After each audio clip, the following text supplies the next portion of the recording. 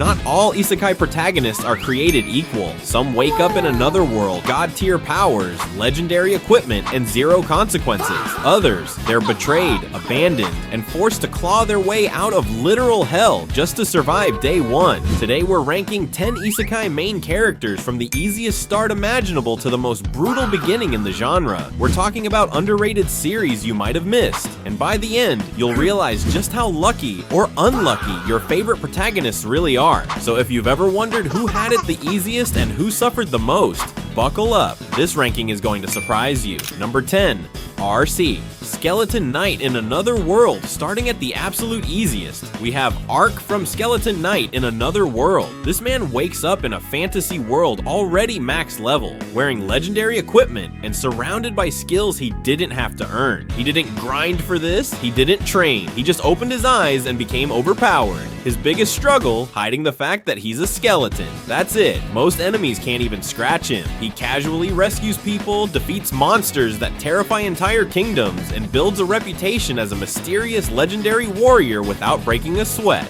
Arca's journey is basically playing an RPG on easy mode with all the DLC unlocked from the start. There's no suffering, no grinding, no real danger. He's just vibing in a fantasy world, helping people out, and enjoying his overpowered second life. If Reincarnation had a VIP package, Arc bought the premium edition. This is the isekai equivalent of starting a game with God mode enabled. Life doesn't get easier than this. Number 9 is Toya from In Another World with my smartphone, and his start is so easy it's almost ridiculous. He's accidentally killed by God, literally struck by lightning because God wasn't paying attention, and as an apology, he gets a second life with boosted stats, magic affinity for every element, perfect health, and oh yeah, his smartphone still works in the fantasy world. Toya doesn't face danger. Problems solve themselves. Need information? Google it. Lost. GPS. Bored? He's got games. He gathers allies effortlessly, princesses fall for him instantly, and every conflict gets resolved with minimal effort. There are no real setbacks in Toya's journey, no tragic backstory, no moments where he questions if he can survive. God literally handed him cheat codes and said, "My bad, enjoy your vacation in another world."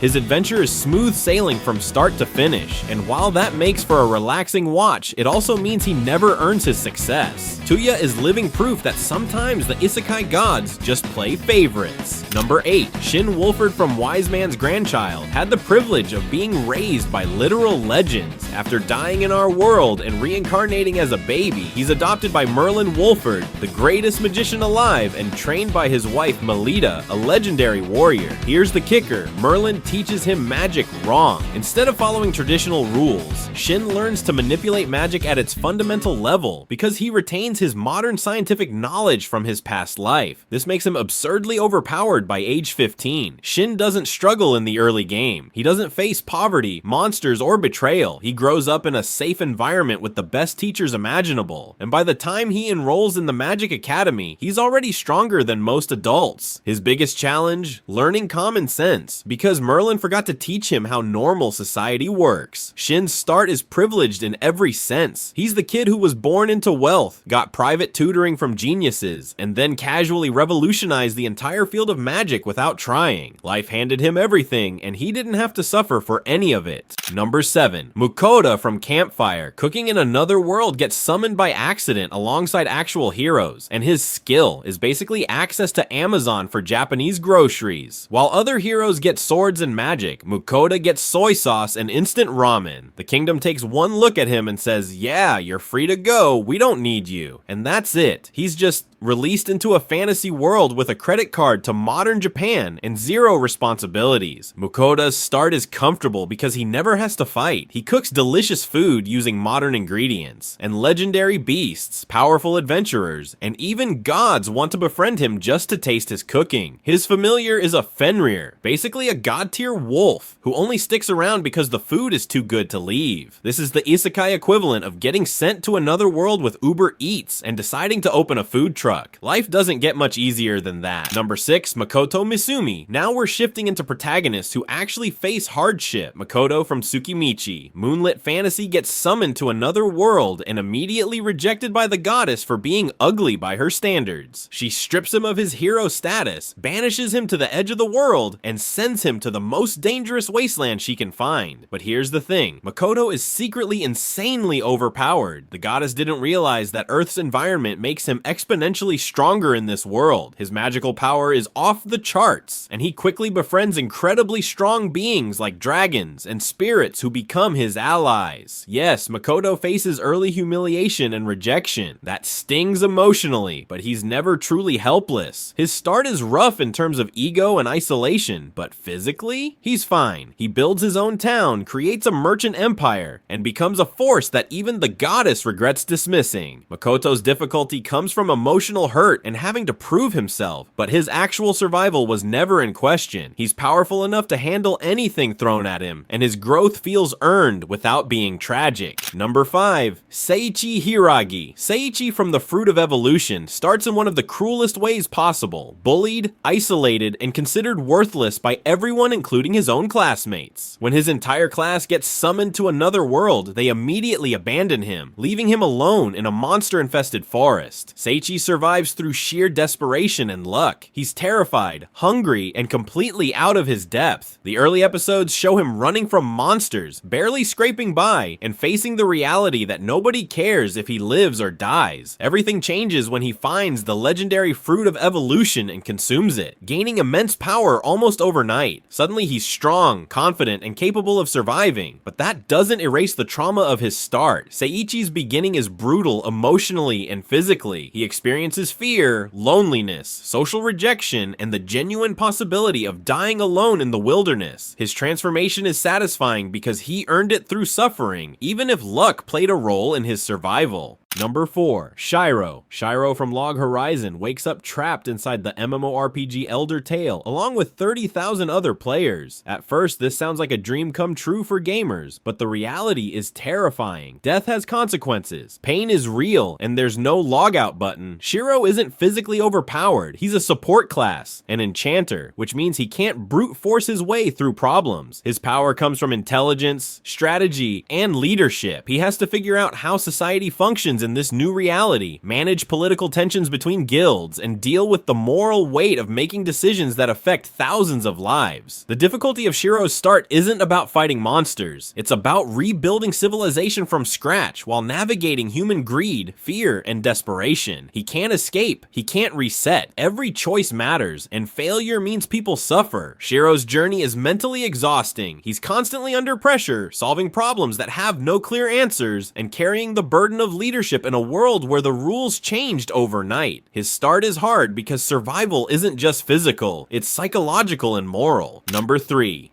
Yuya Tenjo. Yuya from I Gotta Cheat Skill in Another World lived a nightmare before he ever found the door to another world. Bullied relentlessly, abused by his own family, and treated like garbage by everyone around him, Yuya's real-world life was pure suffering. He had no friends, no support, and no hope. When he discovers a door in his grandfather's house that leads to another world, it becomes his only escape. In that world, he gains immense power, legendary equipment, and the ability to grow stronger with every battle. But here's the thing, the power feels easy because everything else in his life was hell. Yuya's start isn't hard in the Isekai world. It's hard because of what he endured before getting there. The trauma, the self-hatred, the loneliness. That's the real difficulty. The other world doesn't challenge him physically, but emotionally he starts completely shattered. His journey is about healing through power, escaping a life that tried to destroy him, and slowly learning that he has value. The Isekai isn't his trial. His real life was. The other world is where he finally gets to breathe. Number 2. Seiya Ryuguin. Seiya from Cautious Hero is overpowered. He has stats that surpass most heroes, skills that can obliterate demon lords, and access to divine training. So why is he ranked this high in difficulty? Because Seiya's extreme caution exists for a reason. In a previous timeline, he wasn't careful enough, and everyone he cared about died horribly. He failed. He watched people suffer, and that failure scarred him so deeply that even with overwhelming power, he approaches every fight like it's a nightmare waiting to repeat. Seiya's start is psychologically brutal. He overprepares for everything, trains to absurd levels for minor threats, and refuses to take any risk because he knows what happens when you're not ready. His trauma makes him paranoid, ruthless, and obsessive. The difficulty isn't physical, it's mental. Seiya is fighting a war against his own fear, reliving his worst memories every time he steps into battle. He has power, but he's haunted by the knowledge that that power alone wasn't enough last time. His start is hard because he's already experienced the worst possible ending, and now he's desperately trying to avoid it happening again. Number 1. Hajime Nagumo. Finally, the hardest start in Isekai. Hajime Nagumo from Arifureta. No one suffers more at the beginning than Hajime. He's summoned to another world as the weakest member of his class. While everyone else gets combat skills, Hajime gets a useless crafting ability. He's bullied, mocked, and treated like dead weight. Then, during a dungeon expedition, a classmate betrays him, and Hajime falls into a deadly abyss that should have killed him instantly, but death would have been mercy. Instead, Hajime is trapped in the darkness, surrounded by monsters that want to tear him apart. He has no weapons, no allies, no hope. To survive, he has to consume monster meat, which is toxic and agonizing, but gives him their abilities. Every meal is torture. Every day is a fight for survival. Hajime loses his humanity piece by piece. He becomes ruthless, cold, and willing to do whatever it takes to live. Pain, isolation, betrayal, and despair shape him into something terrifying. By the time he escapes, he's no longer the weak boy who fell. He's a survivor forged in hell. Nothing about Hajime's start is fair. He didn't get a cheat skill. He didn't get divine blessings. He earned every ounce of his strength through suffering, and it cost him parts of his soul. This is the hardest start in Isekai, and it's not even close. Which protagonist's start surprised you the most? Drop your thoughts in the comments. And if you enjoyed this ranking, hit that like button and subscribe for more Isekai breakdowns, underrated anime recommendations, and deep dives into the genre.